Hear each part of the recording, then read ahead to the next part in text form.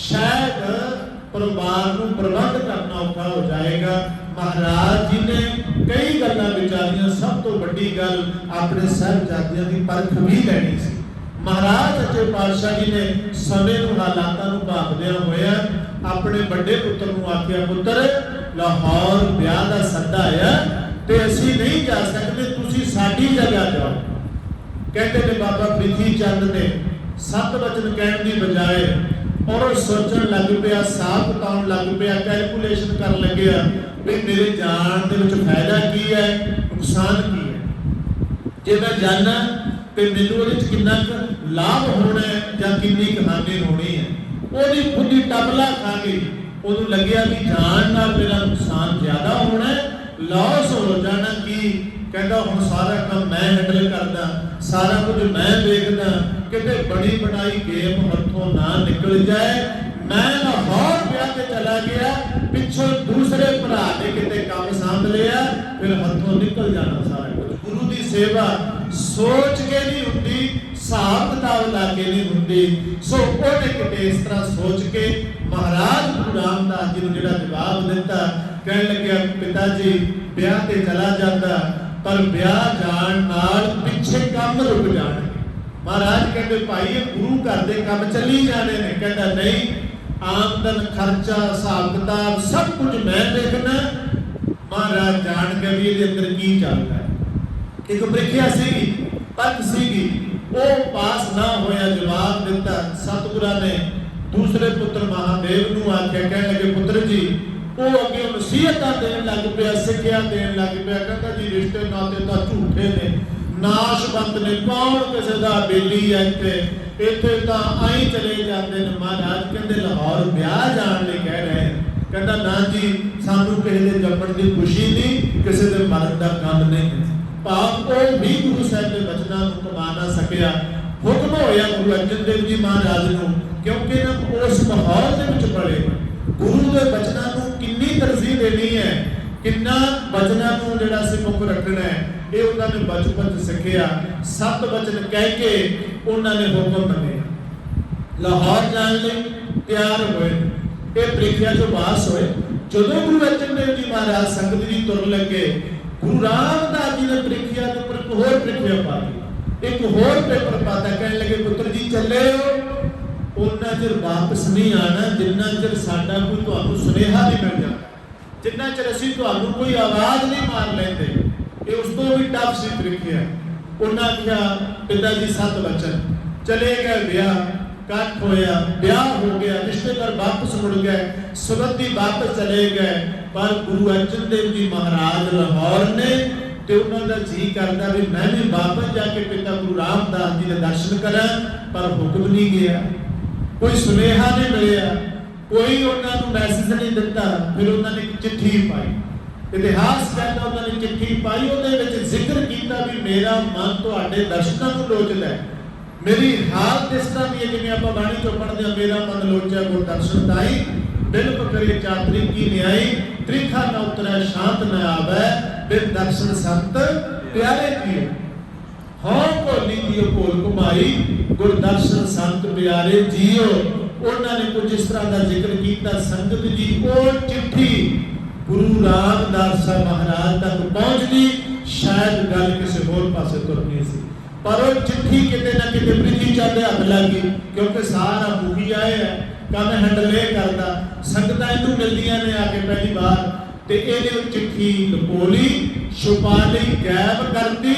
इहदी मनसा सी भी जे किते चिट्ठी गुरु पिता जी तक पहुंच गई, इन्हां ने उहनूं वापस बुला लेना, मेरे विच अड़िक्का बनेगा। प्रीति चंद आ सोच रखा, उहने चिट्ठी गैब करती, बुलाउणा किहने सी, दूजी चिट्ठी आई वो भी छुपा गया, तीजी चिट्ठी पाई, उहदे विच पहलियां दा भी जिक्र सी।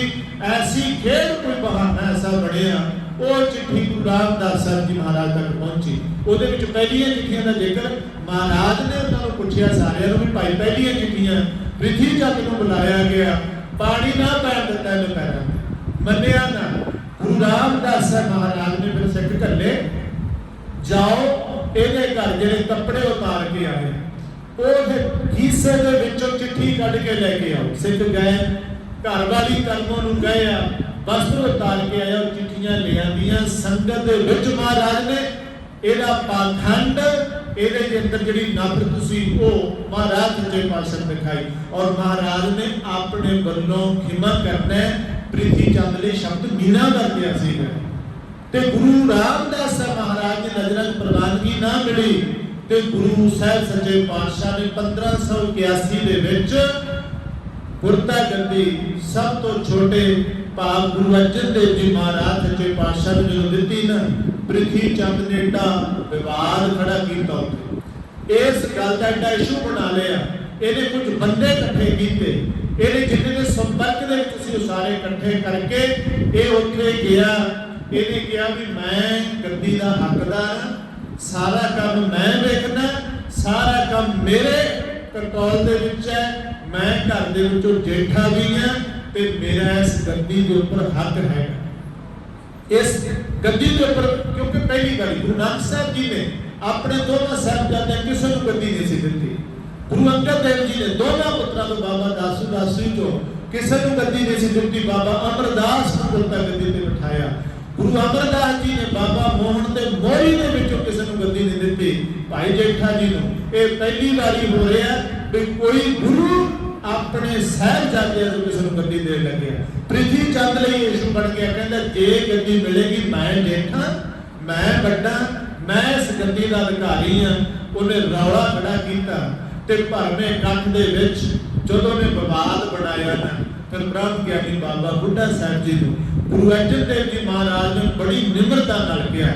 ਮੈਂ ਸ਼ੁਰੂਆਤ ਇੱਥੋਂ ਕੀਤੀ ਸੀ ਵੀ ਗੁਣਾਂ ਦੇ ਮੁਜੱਸਮੇ ਨੇ, ਨਿਮਰਤਾ ਕਿੱਡੀ ਹੈ, ਕਿੱਡੀ ਨਿਮਰਤਾ ਵਿੱਚ ਗੱਲ ਕੀਤੀ ਹੈ। ਕਹਿਣ ਲੱਗੇ ਬਾਬਾ ਜੀ ਇਹ ਵੱਡਾ ਭਰਾ ਝਗੜਾ ਇਸ ਗੱਲ ਦਾ ਕਰ ਰਿਹਾ ਹੈ ਵੀ ਇਹ ਗੱਦੀ ਦੀ ਜ਼ਿੰਮੇਵਾਰੀ ਦਾ ਦਸਤਾਰ ਇਹਨੂੰ ਮਿਲਣੀ ਚਾਹੀਦੀ ਹੈ।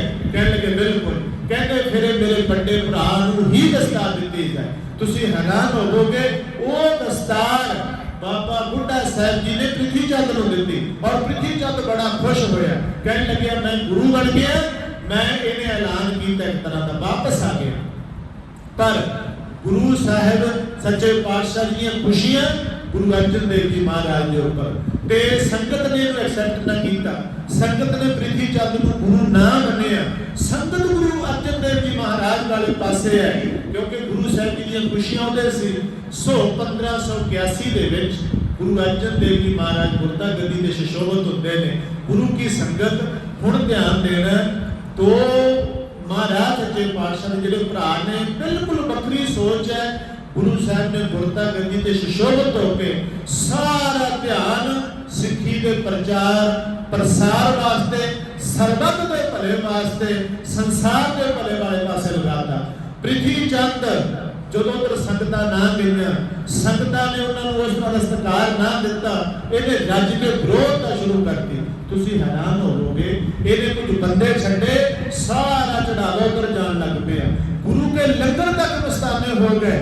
ਹਾਲਾਤ ਇਸ ਤਰ੍ਹਾਂ ਦੇ ਬਣ ਗਏ। ਇੱਥੇ ਚਲੋ ਭਾਈ ਗੁਰਦਾਸ ਸਾਹਿਬ ਜੀ ਹੋਰਾਂ ਦਾ ਬੋਲਦਾ ਸੰਭਾਲਣਾ ਕੋਈ ਸੈਪਰੇਟ ਪ੍ਰਸੰਗ ਨਾਲ ਸੰਖੇਪ ਬੇਨਤੀ ਕਰਾਂ। ਗੁਰੂ ਅਰਜਨ ਦੇਵ ਜੀ ਮਹਾਰਾਜ ਨੇ ਗੁਰਤਾ ਗੱਦੀ ਤੇ ਸ਼ਸ਼ੋਭਤ ਹੋ ਕੇ ਆਪਣਾ ਸਾਰਾ ਧਿਆਨ ਸਿੱਖੀ ਦੇ ਪ੍ਰਚਾਰ ਪ੍ਰਸਾਰ ਵਾਸਤੇ ਲਾਇਆ, ਜਦੋਂ ਕਿ ਪ੍ਰਿਥੀ ਚੰਦ ਨੇ ਸਾਰਾ ਜ਼ੋਰ ਇਹ ਗੱਦੀ ਹਥਿਆਉਣ ਤੇ ਲਾਇਆ। ਉਹ ਕਹਿੰਦਾ ਸੀ ਕੋਈ ਗੱਲ ਨਹੀਂ, ਜੇ ਗੱਦੀ ਤੁਹਾਨੂੰ ਮਿਲ ਗਈ ਹੈ ਮੈਂ ਗੱਦੀ ਤੁਹਾਡੇ ਤੋਂ ਲੈ ਕੇ ਹਟਾਂਗਾ, ਮੈਂ ਗੱਦੀ ਹਥਿਆ ਕੇ ਹਟਾਂਗਾ। ਉਹ ਗੁਰੂ ਸਾਹਿਬ ਜੀ ਨਾਲ ਵਿਰੋਧਤਾ ਕਰਨ ਲੱਗ ਪਿਆ। ਇੰਨੀ ਵਿਰੋਧਤਾ ਉਹ ਬਿਲਕੁਲ ਸ਼ਰਿਆਮ ਖੁੱਲਿਆ ਗੁਰੂ ਸਾਹਿਬ ਜੀ ਦੇ ਨਾਲ ਜਿਹੜਾ ਖਾਰ ਖਾਨ ਲੱਗਿਆ, ਵਿਰੋਧਤਾ ਕਰਨ ਲੱਗਿਆ। ਇਹਦੀ ਵਿਰੋਧਤਾ ਕਿੱਥੋਂ ਤੱਕ ਪਹੁੰਚੀ ਹੈ? ਜਿਹੜੇ ਗੁਰੂ ਅਰਜਨ ਦੇਵ ਜੀ ਮਹਾਰਾਜ ਦੀ ਸ਼ਹੀਦੀ ਦੇ ਕਾਰਨ ਨੇ ਨਾ ਸੰਗਤ ਜੀ, ਉਹ ਸ਼ਹੀਦੀ ਦੇ ਕਾਰਨਾਂ ਦੇ ਵਿੱਚ ਸਭ ਤੋਂ ਵੱਡਾ ਕਾਰਨ ਪ੍ਰਿਥੀ ਚੰਦ ਜੀ ਹੈ। ਸੋ ਇਹਨੇ ਸੁਲਹੀ ਖਾਨ ਨੂੰ ਮਿਲਣਾ ਕੀਤਾ। ਸੁਲਹੀ ਖਾਨ ਨੂੰ ਗੁਰੂ ਸਾਹਿਬ ਦੇ ਖਿਲਾਫ ਚੁੱਕਿਆ ਹੈ। ਉਹ ਤਿਆਰੀ ਦੇ ਨਾਲ ਗੁਰੂ ਸਾਹਿਬ ਜੀ ਨੂੰ ਪਕੜਨ ਵੀ ਆਉਂਦੇ ਨੇ, ਮਹਾਰਾਜ ਨੂੰ ਸਿੱਖ ਬੇਨਤੀ ਵੀ ਕਰਦੇ ਨੇ। ਪਰ ਸਤਿਗੁਰੂ ਸੱਚੇ ਪਾਤਸ਼ਾਹ ਜੀ ਦੀ ਅਸੀਂ ਬਾਣੀ ਤੋਂ ਬਚਨ ਵੀ ਪੜ੍ਹਦੇ ਆ। ਪ੍ਰਥਮ ਮਤਾ ਦੇ ਪੱਤਰੀ ਚਲਾਵੋ, ਦੂਜੀਏ ਮਤਾ ਦੇ ਮਨੁੱਖ ਪਹੁੰਚਾਵੋ, ਤ੍ਰਿਤੀਏ ਮਤਾ ਵਿੱਚ ਕਰੋ ਉਪਾਇਆ, ਮੈਂ ਸਭ ਕੁਝ ਛੋੜ ਪ੍ਰਭ ਤੂੰ ਹੀ ਤੇ ਆਇਆ। ਗੁਰੂ ਅਰਜਨ ਦੇਵ ਜੀ ਮਹਾਰਾਜ ਦਾ ਸਾਰਾ ਧਿਆਨ ਸਿੱਖੀ ਦੇ ਪ੍ਰਚਾਰ ਪ੍ਰਸਾਰ ਵਾਸਤੇ ਹੈ। ਮਹਾਰਾਜ ਸੱਚੇ ਪਾਤਸ਼ਾਹ ਜੀ ਨੇ ਦੇਖੋ ਫਿਰ ਸਰੋਵਰ ਪੱਕਿਆ ਕਰਵਾਉਣਾ ਕਿੰਨਾ ਵੱਡਾ ਕਾਰਜ ਸੀ ਉਹ। ਫਿਰ ਮਹਾਰਾਜ ਸੱਚੇ ਪਾਤਸ਼ਾਹ ਜੀ ਨੇ ਦੇ ਵਿੱਚ ਸੱਚਖੰਡ ਸ੍ਰੀ ਹਰਿਮੰਦਰ ਸਾਹਿਬ ਜੀ ਦੀ ਸੁੰਦਰ ਬਿਲਡਿੰਗ ਦੀ ਤਿਆਰੀ ਦਾ ਮਹਾਨ ਕਾਰਜ ਪ੍ਰਾਰੰਭ ਕੀਤਾ। ਅਸੀਂ ਪੜ੍ਹਦੇ ਹਾਂ ਕਿ ਸਾਈਂ ਮੀਆਂ ਮੀਰ ਜੀ ਦੇ ਕੋਲੋਂ ਨੀਂਹ ਰਖਵਾਈ। ਬ੍ਰਹਮ ਗਿਆਨੀ ਬਾਬਾ ਬੁੱਢਾ ਸਾਹਿਬ ਜੀ ਨੇ ਉਸ ਪਵਿੱਤਰ ਸਥਾਨ ਦੀ ਸ਼ੁਰੂਆਤ ਲਈ ਅਰਦਾਸ ਬੇਨਤੀ ਕੀਤੀ ਤੇ ਉਹ ਕਾਰਜ 1588 ਦੇ ਵਿੱਚ ਪ੍ਰਾਰੰਭ ਹੋਇਆ। ਸਰੋਵਰ ਦਾ ਮਾਫ ਕਰਨਾ ਦਰਬਾਰ ਸਾਹਿਬ ਦੀ ਸੇਵਾ ਦੇ ਵਿੱਚ ਕਿਵੇਂ ਸੰਗਤਾਂ ਨੇ ਯੋਗਦਾਨ ਪਾਇਆ, ਕਿਵੇਂ ਗੁਰੂ ਸਾਹਿਬ ਆਪ ਸੇਵਾ ਕਰਦੇ ਨੇ। ਇੱਥੋਂ ਤੱਕ ਪੜ੍ਹਦੇ ਆਪਾਂ ਬਈ ਉੱਥੇ ਹਰੀ ਆਪ ਸੇਵਾ ਕਰਨ ਆਇਆ, ਹਰ ਕੰਮ ਕਰਾਉਣ ਆਇਆ ਰਾਮ। ਉਹ ਆਪਾਂ ਬਾਣੀ ਦੇ ਸ਼ਬਦ ਪੜ੍ਹਦੇ ਆ ਸੰਖੇਪ ਦੇ ਵਿੱਚ। ਸੋ ਉਹ ਜਦੋਂ ਕਾਰਜ ਸੰਪੰਨ ਹੋਇਆ ਨਾ, ਫਿਰ ਮਹਾਰਾਜ ਸੱਚੇ ਪਾਤਸ਼ਾਹ ਜੀ ਨੇ ਆਪਣਾ ਸਾਰਾ ਧਿਆਨ ਸ੍ਰੀ ਗੁਰੂ ਗ੍ਰੰਥ ਸਾਹਿਬ ਮਹਾਰਾਜ ਦੀ ਸੰਪਾਦਨਾ ਵਾਲੇ ਪਾਸੇ ਲਾਇਆ। ਮਹਾਰਾਜ ਗੁਰੂ ਨਾਨਕ ਸਾਹਿਬ ਜੀ ਦਾ ਜਿਹੜਾ ਮਿਸ਼ਨ ਸੀ ਉਹਨੂੰ ਅਗਾਂਹ ਲੈ ਕੇ ਜਾ ਰਹੇ ਸਨ। ਪ੍ਰਿਥਵੀ ਚੰਦ ਰੱਜ ਕੇ ਵਿਰੋਧਤਾ ਕਰ ਰਿਹਾ ਸੀ। ਉਹਦਾ ਸਾਰਾ ਦਿਨ ਰਾਤ ਇਸੇ ਸੋਚ ਵਿੱਚ ਬਤੀਤ ਹੁੰਦਾ ਜਦੋਂ ਕਿ ਗੁਰੂ ਅਰਜਨ ਦੇਵ ਜੀ ਮਹਾਰਾਜ ਸਿੱਖੀ ਦੇ ਪ੍ਰਚਾਰ ਪ੍ਰਸਾਰ ਵਾਸਤੇ 30 ਰਾਗਾਂ ਦੇ ਵਿੱਚ ਮਹਾਰਾਜ ਨੇ ਬਾਣੀ ਉਚਾਰਨ ਕੀਤੀ ਹੈ। 30 ਰਾਗਾਂ ਦੇ ਵਿੱਚ ਗੁਰੂ ਅਰਜਨ ਸਾਹਿਬ ਜੀ ਦੀ ਬਾਣੀ ਹੈ। ਮਹਾਰਾਜ ਜੀ ਨੇ ਸਰਲੇਖ ਵਿੱਚ ਬਾਣੀ ਜਿਵੇਂ ਪਾਵਨ ਬਾਣੀ ਸੁਖਮਨੀ ਸਾਹਿਬ ਹੈ ਇਤਿਆਦਿਕ ਮਹਾਰਾਜ ਸੱਚੇ ਪਾਤਸ਼ਾਹ ਨੇ ਦਿੱਤੀਆਂ। ਉਹ ਦੌਰ ਵੀ ਆਇਆ ਜਦੋਂ ਸੰਤਾਂ ਤੇ ਬਲਵੰਡ ਗੁਰੂ ਕੇ ਕੀਰਤਨੀਏ, ਉਹ ਲੰਮਾ ਚੌੜਾ ਪ੍ਰਸੰਗ ਹੈ ਸੰਖੇਪ ਦੇ ਵਿੱਚ। ਜਦੋਂ ਉਹਨਾਂ ਦੀ ਲੜਕੀ ਦਾ ਇੱਕ ਤੋਂ ਵਿਆਹ ਹੋਣਾ ਸੀ, ਉਹਨਾਂ ਨੇ ਮਹਾਰਾਜ ਨੂੰ ਬੇਨਤੀ ਕੀਤੀ ਵੀ ਜੀ ਸਾਡੀ ਲੜਕੀ ਦਾ ਵਿਆਹ ਹੈਗਾ ਤੇ ਤੁਸੀਂ ਸਾਨੂੰ ਇੰਨੀ ਕੁ ਮਾਇਆ ਚਾਹੀਦੀ ਹੈ। ਮਹਾਰਾਜ ਨੇ ਪੁੱਛਿਆ, ਉਹ ਕੀਰਤਨੀਏ ਬੜੇ ਕਮਾਲ ਦੇ ਸਨ, ਬਹੁਤ ਭਿੱਜ ਕੇ ਕੀਰਤਨ ਕਰਦੇ ਸਨ।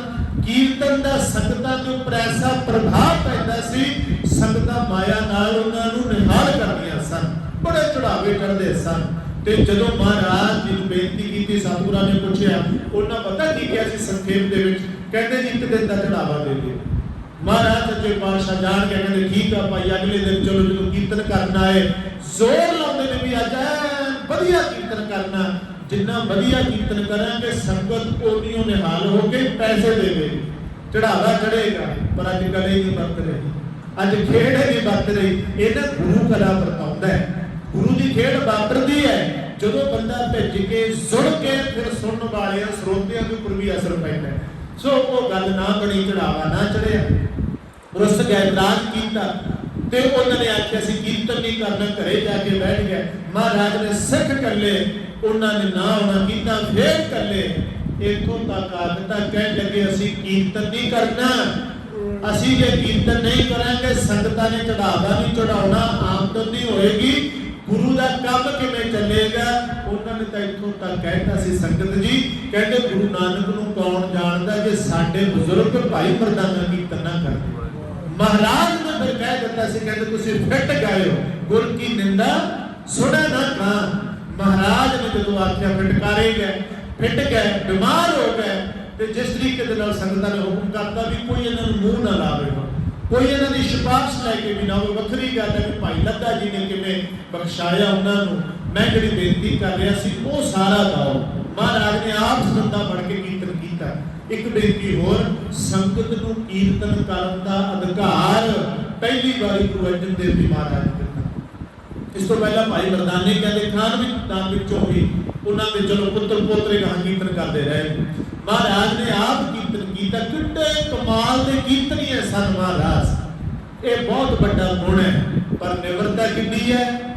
ਉਹ ਕਹਿੰਦੇ ਸੀ ਮੈਂ ਨਿਰਗੁਣੀ ਆਵੇ ਕੋ ਗੁਣ ਨਹੀਂ।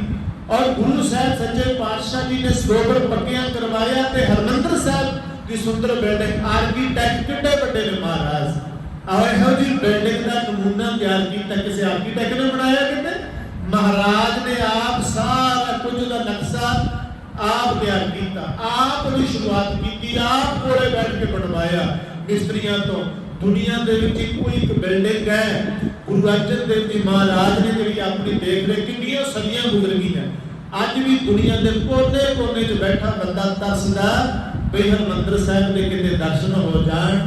ਟਿੱਠੇ ਸਭੇ ਭਾਵ ਨਹੀਂ ਤੁਧ, ਜਿਹੇ ਅਬਦ ਹੋ ਪ੍ਰਭ ਵਿਧਾਤੇ ਦਾਤੂ ਸੋਹਿਆ। ਕਿੰਨੀਆਂ ਬਿਲਡਿੰਗਾਂ ਬਣਾਈਆਂ ਨੇ, ਪਰ ਜਿਹੜਾ ਆਨੰਦ ਉੱਥੇ ਵਾਪਰਦਾ, ਜਿਹੜੀ ਸੁੰਦਰਤਾ ਹਰਿਮੰਦਰ ਸਾਹਿਬ ਦੀ ਹੈ। ਬੇਨਤੀ ਜਿਹੜੀ ਕਰ ਰਹੇ ਸੀ, ਕਿੰਨੇ ਵੱਡੇ ਆਰਕੀਟੈਕਟ ਨੇ, ਕਿੰਨੇ ਵੱਡੇ ਸੰਗੀਤਕਾਰ ਨੇ, ਕਿੰਨੇ ਵੱਡੇ ਬਾਣੀ ਦੇ ਰਚయిਤਾ ਨੇ ਗੁਰੂ ਸਾਹਿਬ ਸੱਚੇ ਪਾਤਸ਼ਾਹ ਜੀ। ਪਰ ਗੁਣਾਂ ਨੇ, ਗੁਣਾਂ ਦਾ ਹੰਕਾਰ ਕੋਈ ਨਹੀਂ।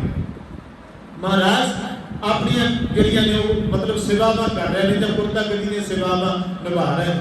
ਪ੍ਰਿਥੀ ਚੰਦ ਰਾਜੀ ਨੇ ਵਿਰੋਧਤਾ ਕਰ ਰਹੇ ਹਨ। ਇਸ ਸਮੇਂ ਦੇ ਦੌਰਾਨ ਕੁਝ ਬਹਾਨੇ ਬਣਦੇ ਨੇ ਮਹਾਰਾਜ ਦੀ ਸ਼ਹੀਦੀ ਦੇ ਕਾਰਨ। ਆਪਾਂ ਸ਼ਹੀਦੀ ਵਾਲੇ ਪਾਸੇ ਥੋੜਾ ਚੱਲੀਏ। ਸ਼ਹੀਦੀ ਦੇ ਕਾਰਨ ਕੀ, ਸ਼ਹਾਦਤ ਗੁਰੂ ਸਾਹਿਬ ਜੀ ਦੀ ਕਿਉਂ ਹੋਈ ਹੈ, ਕਿਉਂ ਉਹਨਾਂ ਨੂੰ ਤਸ਼ਹੀਦ ਦੇ ਕੇ ਸ਼ਹੀਦ ਕੀਤਾ ਗਿਆ। ਇਹਦੇ ਵਿੱਚ ਜਿਹੜਾ ਪ੍ਰਿਥੀ ਚੰਦ ਦੀ ਵਿਰੋਧਤਾ ਸੀ ਬਹੁਤ ਹੋਈ।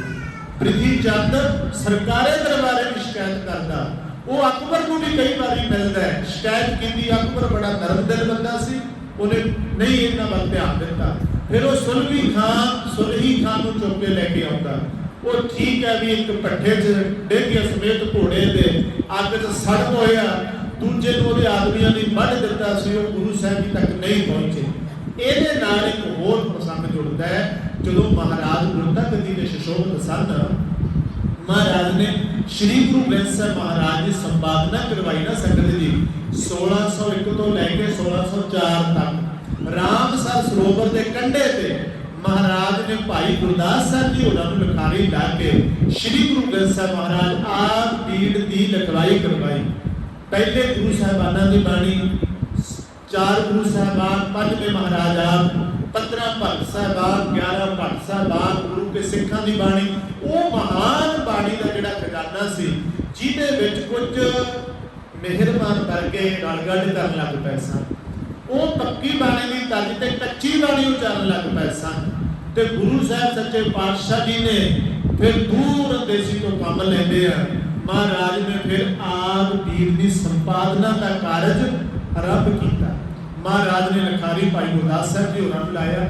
ਸਤਿਗੁਰੂ ਸੱਚੇ ਪਾਤਸ਼ਾਹ ਆਪ ਬਾਣੀ ਸਾਰੀ ਲਿਖਵਾਉਂਦੇ ਨੇ, ਭਾਈ ਗੁਰਦਾਸ ਲਿਖਦੇ ਨੇ। ਤੇ ਉਹ ਬਾਣੀ 30 ਰਾਗਾਂ ਦੇ ਵਿੱਚ ਬਕਾਇਦਾ ਰਾਗਬੱਧ ਬਾਣੀ, ਭਗਤਾਂ ਦੀ ਬਾਣੀ ਸ਼ਾਮਿਲ ਕੀਤੀ ਗਈ। ਜਦੋਂ ਬਾਣੀ ਲਿਖਵਾ ਰਹੇ ਸਨ ਨਾ ਮਹਾਰਾਜ, ਇਸ ਵੇਲੇ ਲਾਹੌਰ ਤੋਂ 4 ਭਗਤ ਆਏ ਸਨ। ਭਗਤ ਕਾਨਾ, ਭਗਤ ਛੱਜੂ, ਭਗਤ ਪੀਲੂ, ਭਗਤ ਹੁਸੈਨ ਸਾਹਿਬ। ਇਹਨਾਂ ਨੂੰ ਪਤਾ ਲੱਗਿਆ ਵੀ ਗੁਰੂ ਸਾਹਿਬ ਬਹੁਤ ਵੱਡਾ ਦੁੱਤੀ ਗ੍ਰੰਥ ਤਿਆਰ ਕਰਵਾ ਰਹੇ ਨੇ। ਤੇ ਉਹਨਾਂ ਨੇ ਆ ਕੇ ਆਖਿਆ ਵੀ ਇਸ ਗ੍ਰੰਥ ਦੇ ਵਿੱਚ ਸਾਡੀ ਬਾਣੀ ਵੀ ਸ਼ਾਮਿਲ ਕਰੋ। ਮਹਾਰਾਜ ਕਹਿੰਦੇ ਭਾਈ ਜ਼ਰੂਰ ਸ਼ਾਮਿਲ ਕਰਾਂਗੇ, ਪਰ ਤੁਹਾਡੀ ਬਾਣੀ ਇੱਕ ਸ਼ਰਤ ਤੇ ਸ਼ਾਮਿਲ ਕਰਾਂਗੇ। ਤੁਹਾਡੀ ਬਾਣੀ ਗੁਰੂ ਨਾਨਕ ਦੀ ਬਾਣੀ ਦੀ ਤਸੱਲੀ ਤੇ ਪਰਖੀ ਜਾਏਗੀ। ਸਿਧਾਂਤ ਦੇ ਵਿੱਚ ਵਿਰੋਧਤਾ ਨਹੀਂ ਹੋਣੀ ਚਾਹੀਦੀ, ਆਪਾਂ ਵਿਰੋਧੀ ਕੋਈ ਗੱਲ ਨਾ ਹੋਵੇ। ਉਹਨਾਂ ਨੇ ਬਾਣੀ ਜਦੋਂ ਸੁਣਾਈ, ਸੰਖੇਪ ਦੇ ਵਿੱਚ ਇੱਕ ਭਗਤ ਨੇ ਆਖਿਆ, ਕਹਿੰਦਾ ਕਾਗਦ ਸੰਦੇ ਪੁੱਤਰੀ ਤੋਂ ਉਹਨਾਂ ਤਰਿਆ ਦੇਣਾ। ਕਹਿੰਦਾ ਇਸਤਰੀ ਤੇ ਏਡੀ ਮਾੜੀ ਜਾਤ ਹੈ, ਇਸਤਰੀ ਤੇ ਏਡੀ ਮਾੜੀ ਸ਼ੈ ਹੈ। ਕਹਿੰਦਾ ਕਾਗਜ਼ ਦੀ ਵੀ ਬਣੀ ਹੋਵੇ ਨਾ, ਇਹਨੂੰ ਵੇਖਣਾ ਨਹੀਂ ਚਾਹੀਦਾ। ਗੁਰੂ ਨਾਨਕ ਦੇ ਘਰ ਦੇ ਵਿੱਚ ਤਾਂ ਸਨਮਾਨ ਹੀ ਇਹਨਾਂ ਦਿੱਤਾ ਇਸਤਰੀ ਨੂੰ, ਕਿਸੇ ਦੁਨੀਆ ਦੇ ਹੋਰ ਧਰਮ ਦੇ ਵਿੱਚ ਹੈ ਹੀ ਨਹੀਂ ਹੈ।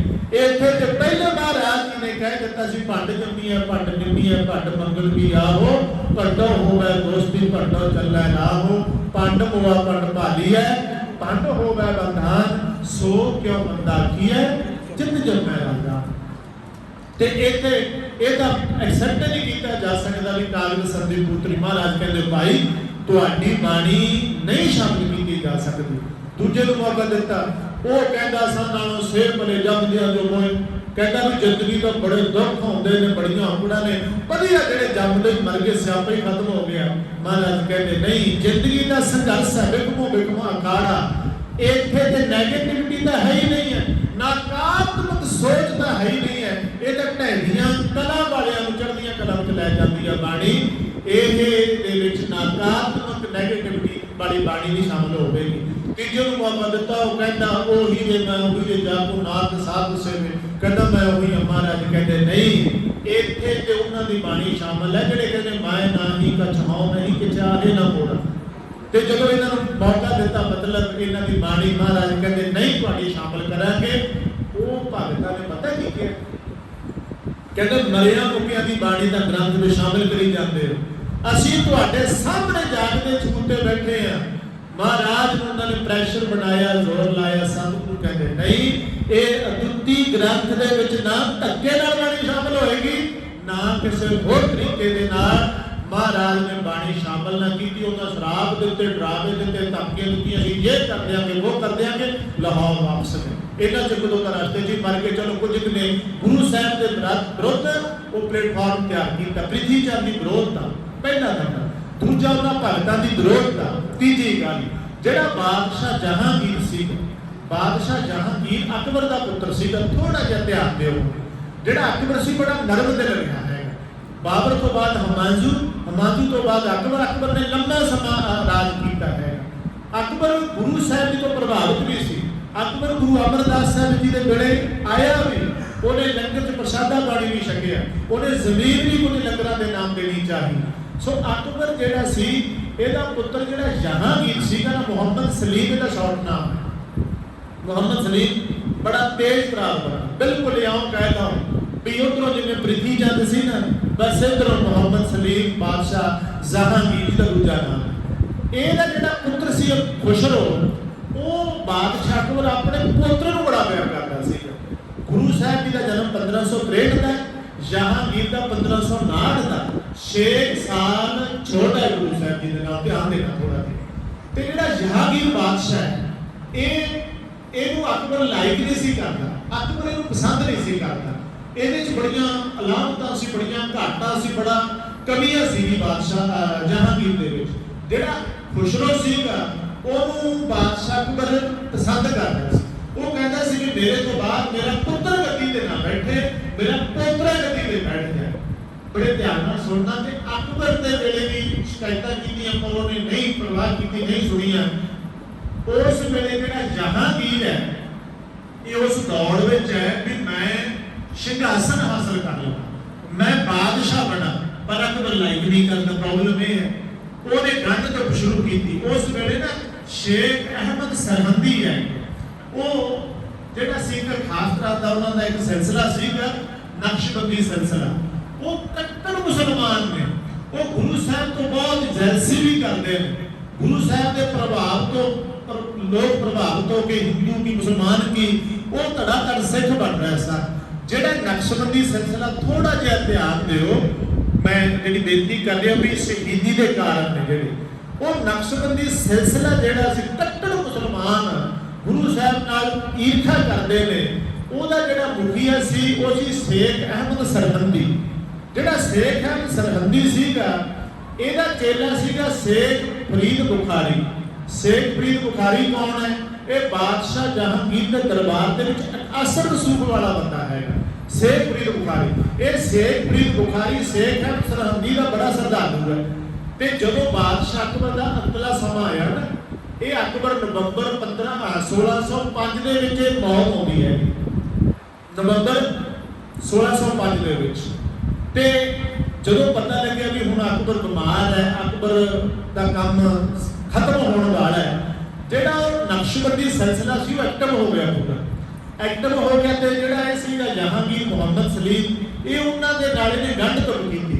ਕਹਿਣ ਲੱਗਿਆ ਦੇਖੋ ਵੀ ਮੈਨੂੰ ਬਾਦਸ਼ਾਹ ਬਣਾਉਣ ਦੇ ਵਿੱਚ ਮੇਰੀ ਹੈਲਪ ਕਰੋ, ਮੈਂ ਬਾਦਸ਼ਾਹ ਬਣਨਾ ਸਿੰਘਾਸਨ ਤੇ ਮੈਂ ਬੈਠ ਗਿਆ। ਜਦੋਂ ਮੈਂ ਬਾਦਸ਼ਾਹ ਬਣ ਗਿਆ ਮੈਂ ਤੁਹਾਡੇ ਮੁਤਾਬਕ ਜੋ ਕਹੋਗੇ ਉਹ ਕਰਾਂਗਾ। ਨਕਸ਼ਬੰਦੀ ਸਿਲਸਿਲਾ ਸੀ, ਗੁਰੂ ਸਾਹਿਬ ਜੀ ਦੇ ਨਾਲ ਜੈਲਸੀ ਕਰਦਾ ਸੀ। ਉਹ ਸਮੇਂ ਦੀ ਤਾਕ ਵਿੱਚ ਸੀ ਕਦੋਂ ਇਹਨਾਂ ਨੂੰ ਅਸੀਂ ਮੌਕਾ ਬਣੇ, ਕੋਈ ਅਸੀਂ ਉਸ ਤਰ੍ਹਾਂ ਦਾ ਸਮਾਂ ਬਣੇ ਤੇ ਅਸੀਂ ਇਹਨਾਂ ਨੂੰ ਮਾਰ ਦੇ ਸਕੀਏ। ਤੇ ਉਹ ਗੰਢ ਧੁੱਪ ਹੋ ਗਈ ਮੁਹੰਮਦ ਸਲੀਮ ਨਾਲ, ਜਾਨੀ ਜਹਾਂਗੀਰ ਨਾਲ। ਉਹ ਕਹਿੰਦਾ ਤੁਸੀਂ ਮੇਰੀ ਹੈਲਪ ਕਰੋ, ਸਪੋਰਟ ਕਰੋ, ਮੈਂ ਬਾਦਸ਼ਾਹ ਬਣ ਗਿਆ ਇੱਕ ਵਾਰੀ, ਫਿਰ ਤੁਹਾਡੇ ਮੁਤਾਬਕ। ਅੱਜ ਵੀ ਇਹ ਕੁਝ ਹੁੰਦਾ ਨਾ, ਬਹੁਤ ਵਾਰੀ ਇਦਾਂ ਕਿਹਾ ਜਾਂਦਾ ਵੀ ਸਾਨੂੰ ਵੋਟਾਂ ਪਾਓ, ਸਰਕਾਰ ਬਣਨ ਦਿਓ, ਅਸੀਂ ਇਹਨਾਂ ਨੂੰ ਜੇਲ੍ਹ ਚ ਤੁੰਨ ਦਿਆਂਗੇ, ਇਹਨਾਂ ਨੂੰ ਆਹ ਸਜ਼ਾ ਦੇ ਦਿਆਂਗੇ, ਇਹਨਾਂ ਤੋਂ ਆਹ ਕਢਵਾ ਲਿਆਂਗੇ। ਆਪਾਂ ਲੋਕ, ਅਸੀਂ ਆਮ ਲੋਕ ਵੀ ਸਾਡੀਆਂ ਵੱਡੀਆਂ ਸੰਸਥਾਵਾਂ ਕਈ ਵਾਰੀ ਇਸ ਕਰਕੇ ਸਰਕਾਰ ਬਣਾਉਂਦੇ ਆ ਵੀ ਬੇਅਦਬੀ ਵਾਲਿਆਂ ਨੂੰ ਸਜ਼ਾ ਮਿਲਣਗੀ, ਜਾਂ ਫਲਾਣਿਆਂ ਦੇ ਸਾਰੇ ਚਿੱਟੇ ਸਾਹਮਣੇ ਆ ਜਾਣਗੇ। ਉਹ ਬਣਦਾ ਕੀ ਹੈ, ਨਹੀਂ ਬਣ ਤੋਂ ਬਾਅਦ ਦੀ ਗੱਲ। ਜਿਹੜਾ ਮੁਹੰਮਦ ਸਲੀਮ ਸੀਗਾ, ਇਹਨੇ ਸ਼ੇਖ ਜਿਹੜਾ ਸਿਲਸਿਲਾ ਸੀਗਾ ਉਹ ਨਕਸ਼ਬੰਦੀ, ਉਹਦੀ ਸਪੋਰਟ ਲਈ ਨਵੰਬਰ 1605 ਦੇ ਵਿੱਚ ਜਦੋਂ ਅਕਬਰ ਦੀ ਮੌਤ ਹੁੰਦੀ ਹੈ, ਜਹਾਂਗੀਰ ਕਹਿੰਦਾ ਮੈਂ ਮਾਲਕ ਬਣਨਾ। ਉਧਰੋਂ ਜਿਹੜਾ ਖੁਸਰੋ ਸੀ ਉਹਨੇ ਬਗਾਵਤ ਕਰਤੀ। ਬਗਾਵਤ ਇਹੋ ਜਿਹੀ ਕੀਤੀ, ਬਗਾਵਤ ਕਰਦਾ ਕਰਦਾ ਜਹਾਂਗੀਰ ਨੇ ਉਹਦਾ ਪਿੱਛਾ ਕੀਤਾ ਤੇ ਉਹ ਗੁਰੂ ਸਾਹਿਬ ਵਾਲੇ ਪਾਸੇ ਆ ਗਿਆ। ਮਹਾਰਾਜ ਨੇ ਚਲੋ ਉਹਨੂੰ ਅਸ਼ੀਰਵਾਦ ਦਿੱਤਾ ਜਾਂ ਤਲਕ ਲਾਇਆ। ਉਹ इस तरह का गल आती है। जानी अमीर खुसरो नूं इहने कब पकड़ लिया जिहड़ा सी जहांगीर। ये जोर ला के नवंबर 1605 दे विच गद्दी ते बैठ जाता, ये बादशाह बन जाता हिंदुस्तान का अकबर की जगह ते। थोड़ा बोल के आते खुसरो नूं पकड़ लिया। जिन्हों खुसरो ने पकड़िया वो सी शेख फरीद बुखारी, जिन्हों आपां बाद विच नाम कुछ होर दिता है। इन्होंने एक अवार्ड दिता सीगा जहांगीर बादशाह ने सिंघासन के उपर बैठ के। जो ये बादशाह बनया इन्हें शेख फरीद बुखारी नूं जिहड़ा एक खास तरह का इनाम सन्मान दिता है। उन्होंने मुर्तजा खान का अवार्ड दिता है। मुर्तजा खान आउंदा नाम दे विच। उन्होंने की कीता सी, उन्हें खुसरो नूं पकड़िया सीगा। खुसरो नूं पकड़िया, होर बंदियां नूं पकड़िया, तशीहे दे के मौत के घाट उतार दिता जहांगीर ने।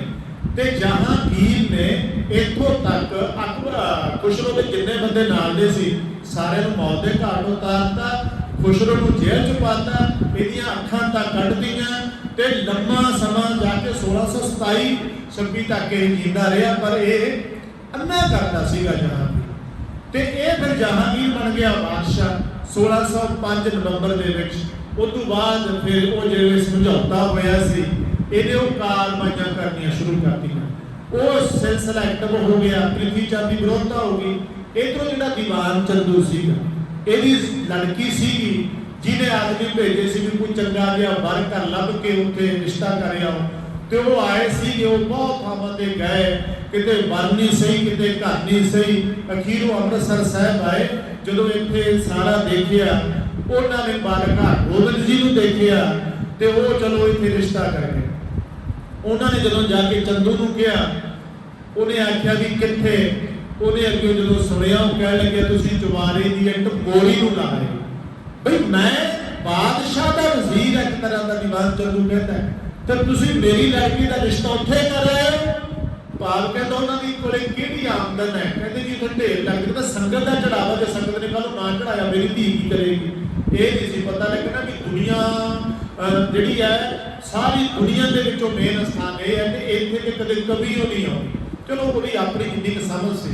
संगत ने इतराज किया, उन्होंने महाराज तक बेनती की महाराज इस हंकारी की लड़की का रिश्ता प्रवान न किया जाए। महाराज ने संगत की बेनती के मुताबिक ओदी लड़की का रिश्ता ठुकराता। चंदू जिहड़ा सी गुरु साहब सच्चे पातशाह का दुश्मन बन गया ते चंदू की विरोधता होगी, पृथ्वी चंद की विरोधता होगी ते जहांगीर की धार्मिक कट्टरता जिहड़ी है। बादशाह जहांगीर की सवै जीवनी है तुझ के जहांगीर।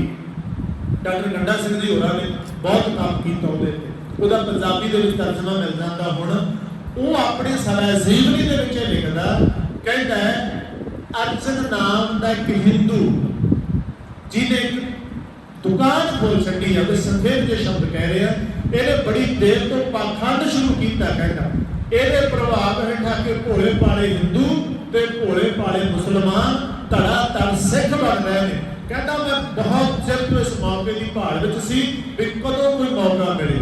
तो जदों तो कोई शिकायतां कीतियां नक्शबंदी सिलसिला ने, इस दीवान चंदू वर्गिया ने जहांगीर की अपनी धार्मिक कट्टरता इहदे विच बहुत बड़ा रोल है।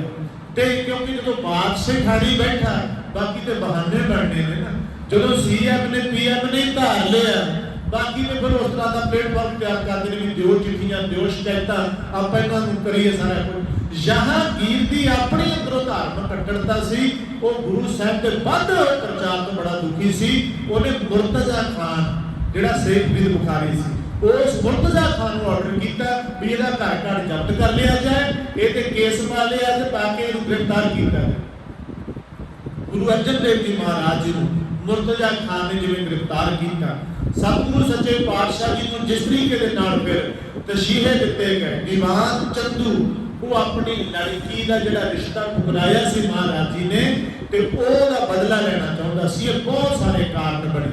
गुरु ग्रंथ साहिब महाराज की संपादना इहदा भगतां दी विरोधता इहदा एक कारण।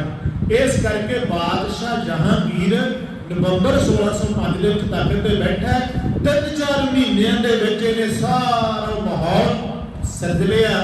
ਵਿਰੋਧ ਐਸੀ ਤੇ ਮਹਾਰਾਜ ਦੀ ਮਈ ਮਹੀਨੇ ਵਿੱਚ ਗ੍ਰਿਫਤਾਰੀ ਹੋ ਗਈ ਤੇ ਸਤਿਗੁਰੂ ਸੱਚੇ ਪਾਤਸ਼ਾਹ ਜੀ ਨੂੰ ਫਿਰ ਤਸ਼ੀਹੇ ਦਿੱਤੇ ਗਏ, ਸ਼ਰਤਾਂ ਰੱਖੀਆਂ ਗਈਆਂ ਉਹ ਸਾਰੀਆਂ ਵੀ ਜਾਂ ਤਾਂ ਇਸਲਾਮ ਕਬੂਲ ਲੋ ਜਾਂ ਫਿਰ ਲੜਕੀ ਦਾ ਰਿਸ਼ਤਾ ਦੀਵਾਨ ਚੰਦੂ ਨੇ ਜਿਵੇਂ ਮਹਾਰਾਜ ਜੀ ਨੂੰ ਆਪਣੇ ਕੋਲ ਲੈ ਲਿਆ ਸੀ ਜਹਾਂਗੀਰ ਦੇ ਕੋਲ, ਤੇ ਜਿਸ ਤਰੀਕੇ ਦੇ ਨਾਲ ਉਹਨੇ ਭੁੱਖੇ ਰੱਖਿਆ।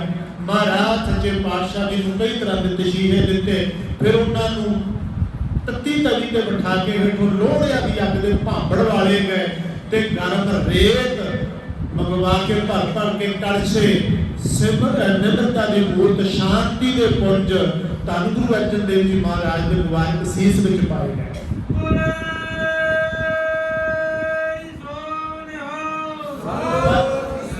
ਮਹਾਰਾਜ ਤੱਤੀਆਂ ਤਵੀਆਂ ਤੇ ਬੈਠ ਕੇ ਵੀ ਮੁਸਕਰਾਉਂਦੇ ਰਹੇ, ਗਾਉਂਦੇ ਰਹੇ, ਤੇਰਾ ਕੀਆ ਮਿੱਠਾ ਲੱਗੈ ਹਰ ਨਾਮ ਪਦਾਰਥ ਨਾਨਕ ਮੰਗੈ। ਬਹੁਤ ਸਾਰੇ ਪ੍ਰਸੰਗ ਮੇਰੇ ਤੋਂ ਰਹਿ ਗਏ ਹੋਣਗੇ ਕਿਉਂਕਿ ਗੁਰੂ ਸਾਹਿਬ ਦਾ ਜੀਵਨ ਇਤਨਾ ਵਿਸ਼ਾਲ ਹੈ। ਹੋ ਸਕਦਾ ਉਹਨਾਂ ਦੇ ਬਹੁਤ ਸਾਰੇ ਪਰਉਪਕਾਰ ਮੇਰੇ ਤੋਂ ਰਹਿ ਗਏ ਹੋਣ, ਕਈ ਪੱਖ ਰਹਿ ਗਏ ਹੋਣਗੇ, ਪਰ ਇੱਥੇ ਨਾ ਜਦੋਂ ਮਹਾਰਾਜ ਨੂੰ ਤਸ਼ੀਹੇ ਦਿੱਤੇ ਜਾ ਰਹੇ ਸਨ ਉਦੋਂ ਸਾਈਂ ਮੀਆਂ ਮੀਰ ਜੀ ਦਾ ਜ਼ਿਕਰ ਆਉਂਦਾ ਹੈ। ਆਪਾਂ ਸਾਰੇ ਪੜ੍ਹਦੇ ਵੀ ਜਿਹਨੂੰ ਇਸਲਾਮ ਜਗਤ ਸਜਦਾ ਕਰਦਾ, ਜਹਾਂਗੀਰ ਵੀ ਉਹਨਾਂ ਨੂੰ ਨਮਸਕਾਰ ਕਰਦਾ ਸੀ। ਸਾਈਂ ਜੀ ਨੂੰ ਪਤਾ ਲੱਗਿਆ, ਉਹ ਆਏ ਮਹਾਰਾਜ ਨੂੰ ਇਸ ਹਾਲਤ ਵਿੱਚ ਵੇਖ ਕੇ ਉਹਨਾਂ ਨੇ ਇਜਾਜ਼ਤ ਵੀ ਮੰਗੀ ਵੀ ਜੇ ਤੁਹਾਡੀ ਇਜਾਜ਼ਤ ਹੋਵੇ ਮੈਂ ਲਾਹੌਰ ਤੇ ਜ਼ਮੀਨ ਤੇ ਸਮਾਨ ਨੂੰ ਭੜਕਾ ਦਿਆਂ, ਦਿੱਲੀ ਤੇ ਲਾਹੌਰ ਨੂੰ ਆਪਸ ਵਿੱਚ ਟਕਰਾ ਦਿਆਂ। ਪਰ ਮਹਾਰਾਜ ਸ਼ਾਂਤੀ ਦੇ ਪੁੰਜ ਭਾਣੇ ਵਿੱਚ ਰਹਿਣ ਵਾਲੇ ਭਾਣੇ ਦੀ ਮੂਰਤ ਉਹਨਾਂ ਨੇ ਸਾਰਾ ਕੁਝ 11 ਸਾਲ ਦੀ ਉਮਰ ਦੇ ਵਿੱਚ ਸਿੱਖ ਲਿਆ ਸੀ। ਤਾਂ ਜਨਮਤ ਗੁਰਮਤਿ ਬ੍ਰਹਮ ਪਛਾਣੇ ਭਾਣੇ ਵਿੱਚ ਕਿਵੇਂ ਰਹਿਣਾ, ਰਜ਼ਾ 'ਚ ਕਿਵੇਂ ਰਹਿਣਾ, ਮੁਸਕਰਾਉਂਦਿਆਂ ਹੋਇਆਂ। ਤੇ ਮਹਾਰਾਜ ਨੇ ਸਾਈਂ ਮੀਆਂ ਮੀਰ ਜੀ ਨੂੰ ਇਜਾਜ਼ਤ ਨਹੀਂ ਸੀ ਦਿੱਤੀ। ਉਹ ਸਾਈਂ ਮੀਆਂ ਮੀਰ ਜਿਹੜਾ ਮਹਾਰਾਜ ਸੱਚੇ ਪਾਤਸ਼ਾਹ ਜੀ ਦੀ ਸੁਖਮਨੀ ਸਾਹਿਬ ਦਾ ਨਿਤਨੇਮੀ, ਮਹਾਰਾਜ ਤੱਤੀਆਂ ਤਵੀਆਂ ਤੇ ਬੈਠ ਕੇ ਗਾਉਂਦੇ ਰਹੇ, ਮੁਸਕਰਾਉਂਦੇ ਰਹੇ। ਸ਼ਾਂਤੀ ਦੇ ਪੁੰਜ ਕਿਹਾ ਜਾਂਦਾ ਹੈ, ਗੁਰਬਾਣੀ ਤੇ ਕੁਰਬਾਨੀ ਦੇ ਪੁੰਜ ਕਿਹਾ ਜਾਂਦਾ ਉਹਨਾਂ ਨੂੰ। ਉਹਨਾਂ ਨੇ ਜੈਸੀ ਸ਼ਹਾਦਤ ਦੀ ਸਰੀਰ ਛਾਲੇ ਛਾਲੇ ਹੋ ਗਿਆ, ਆਲੂ ਵਾਂਗ ਉਬਲ ਗਿਆ। ਮਹਾਰਾਜ ਸੱਚੇ ਪਾਤਸ਼ਾਹ ਜੀ ਨੂੰ ਫਿਰ ਉਹਨਾਂ ਨੇ ਰਾਵੀ ਦੇ ਵਿੱਚ ਬਹਾ ਦਿੱਤਾ। ਪਰ ਇੱਕ ਬੇਨਤੀ ਹੋਰ, ਆਪਾਂ ਸਮਾਪਤੀ ਵਾਲੇ ਪਾਸੇ ਚੱਲੀਏ। ਗੁਰੂ ਸਾਹਿਬ ਜੀ ਨੂੰ ਪਤਾ ਸੀ ਬਈ ਸਾਡੀ ਸ਼ਹੀਦੀ ਹੋ ਜਾਣੀ, ਸਾਡੀ ਸ਼ਹਾਦਤ ਹੋ ਜਾਣੀ ਹੈ, ਕਿਉਂਕਿ ਬਾਦਸ਼ਾਹ ਜਹਾਂਗੀਰ ਦੀ ਨੀਤੀ ਤੋਂ ਵੀ ਮਹਾਰਾਜ ਜਾਣੂ ਸਨ। ਮਹਾਰਾਜ ਨੂੰ ਪਤਾ ਸੀ ਕਿ ਉਹਨੂੰ ਕਿੰਨੇ ਲੋਕ ਚੁੱਕਣ ਵਾਲੇ ਨੇ, ਉਹਦੀ ਆਪਣੀ ਧਾਰਮਿਕ ਕੱਟੜਤਾ ਸੀ। ਜੇ ਪਤਾ ਸੀ ਕਿ ਬਾਦਸ਼ਾਹ ਜਹਾਂਗੀਰ ਦੀ ਧਾਰਮਿਕ ਕੱਟੜਤਾ, ਇਹ ਵੀ ਪਤਾ ਸੀ ਵੀ ਅਸੀਂ ਗੁਰਤਾ ਗੱਦੀ ਤੇ ਸ਼ਸ਼ੋਭਤਾ ਝੁਕਣਾ ਅਸੀਂ ਵੀ ਹੈ, ਈਨ ਅਸੀਂ ਵੀ ਨਹੀਂ ਮੰਨਣੀ, ਕਿਤੇ ਨਾ ਕਿਤੇ ਅਸੀਂ ਵੀ ਉਹਦਾ ਪ੍ਰਭਾਵ ਨਹੀਂ ਭੁੱਲਣਾ, ਅਸੀਂ ਵੀ ਸ਼ਹਾਦਤ ਦੇਵਾਂਗੇ।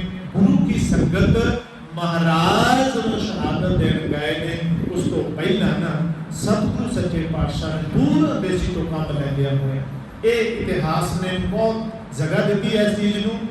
ਮਹਾਰਾਜ ਜੀ ਨੇ ਉਸ ਤੋਂ ਪਹਿਲਾਂ ਬਾਬਾ ਬੁੱਢਾ ਸਾਹਿਬ ਜਿਨ੍ਹਾਂ ਦੇ ਕੋਲੋਂ ਉਹਨਾਂ ਨੇ ਬਹੁਤ ਕੁਝ ਸਿੱਖਿਆ ਹੈ ਬਚਪਨ ਦੇ ਵਿੱਚ, ਕਿਉਂਕਿ ਜਦੋਂ 11 ਸਾਲ ਦੀ ਉਮਰ ਸੀ ਨਾ, ਬਾਬਾ ਮੋਹਰ ਜੀ ਜਿਹੜੇ ਸਰਗੋਰੀ ਦੀ ਮਾਮਾ ਜੀ ਉਹਨਾਂ ਦੇ ਸਨ, ਉਹਨਾਂ ਦੇ ਕੋਲੋਂ ਗਣਿਤ ਦੀ ਹੋਰ ਵੀ ਸਿੱਖਿਆ ਪ੍ਰਾਪਤ ਕੀਤੀ। ਬਾਬਾ ਬੁੱਢਾ ਸਾਹਿਬ ਦੀ ਦੇਖ ਰੇਖ ਦੇ ਹੇਠ ਗੁਰੂ ਅਰਜਨ ਦੇਵ ਜੀ ਮਹਾਰਾਜ ਸੱਚੇ ਪਾਤਸ਼ਾਹ ਜੀ ਦਾ ਬਚਪਨ ਬਤੀਤ ਹੁੰਦਾ, ਬੜਾ ਪ੍ਰਭਾਵ ਸੀ ਉਹਨਾਂ ਦਾ। ਸੋ ਬਾਬਾ ਬੁੱਢਾ ਸਾਹਿਬ ਜੀ ਨੂੰ ਭਾਈ ਗੁਰਦਾਸ ਗੁਰਮਤਿ ਮਹਾਨ ਫਿਲਾਸਫਰ, ਮਹਾਨ ਵਿਆਖਿਆਕਾਰ, ਜਿਨ੍ਹਾਂ ਦੇ ਕੋਲੋਂ ਸਾਰੀ ਬਾਣੀ ਲਿਖਵਾਈ ਹੀ ਨਹੀਂ, ਜਿਨ੍ਹਾਂ ਦੀ ਬਾਣੀ ਨੂੰ ਮਹਾਰਾਜ ਨੇ ਗੁਰਬਾਣੀ ਦੀ ਕੁੰਡੀ ਤੱਕ ਦਾ ਕਿਤਾਬ ਦਿੱਤਾ, ਭਾਈ ਗੁਰਦਾਸ ਸਾਹਿਬ, ਉਹਨਾਂ ਨੂੰ ਤੇ ਗੁਰੂ ਅਰਜਨ ਦੇਵ ਜੀ ਮਹਾਰਾਜ ਨੇ ਬਿਠਾ ਕੇ ਸ਼ਹਾਦਤ ਦੇਣ ਜਾਣ ਤੋਂ ਪਹਿਲਾਂ ਆਉਣ ਵਾਲੇ ਸਮੇਂ ਦੀ ਜਿਹੜੀ ਰੂਪਰੇਖਾ ਉਹ ਵੀ ਇਸ਼ਾਰਾ ਕਰਦਾ ਸੀ ਬਈ ਅਸਾਂ ਦੀ ਸ਼ਹੀਦੀ ਹੋ ਜਾਣੀ ਹੈ, ਸ਼ਹੀਦੀ ਜਾਮ ਪੀ ਜਾਣਾ, ਸਾਡੇ ਤੋਂ ਬਾਅਦ ਕੀ ਹੋਣਾ ਚਾਹੀਦਾ ਹੈ। ਸਤਿਗੁਰੂ ਸੱਚੇ ਪਾਤਸ਼ਾਹ ਇਸ਼ਾਰਾ ਕਰਕੇ ਗਏ ਸਨ ਵੀ ਬਾਲਕ ਹਰਗੋਬਿੰਦ ਗੁਰਤਾ ਗੱਦੀ ਤੇ ਸ਼ਸ਼ੋਭਤ, ਤੇ ਬਿਲਕੁਲ ਉਹਨਾਂ ਦੀ ਸ਼ਹਾਦਤ ਹੋਈ। ਜਹਾਂਗੀਰ ਕਹਿੰਦਾ ਸੀ ਮੈਂ ਇਹੋ ਜਿਹੀ ਮੌਤ ਦਿਆਂਗਾ, ਇਹੋ ਜਿਹੇ ਤਰੀਕੇ ਦੇ ਨਾਲ ਇਹਨਾਂ ਦੀ ਸ਼ਹੀਦੀ ਦਿਆਂਗਾ ਵੀ ਮੁੜ ਕੇ ਕੋਈ ਹੀਆ ਨਹੀਂ ਕਰੇਗਾ। ਉਹਨੇ ਯਾਸ਼ਾ ਦੇ ਕਾਨੂੰਨ ਦੇ ਮੁਤਾਬਕ ਸਜ਼ਾ ਦਿੱਤੀ। ਯਾਸ਼ਾ ਦਾ ਕਾਨੂੰਨ ਪਤਾ ਕੀ ਹੈ?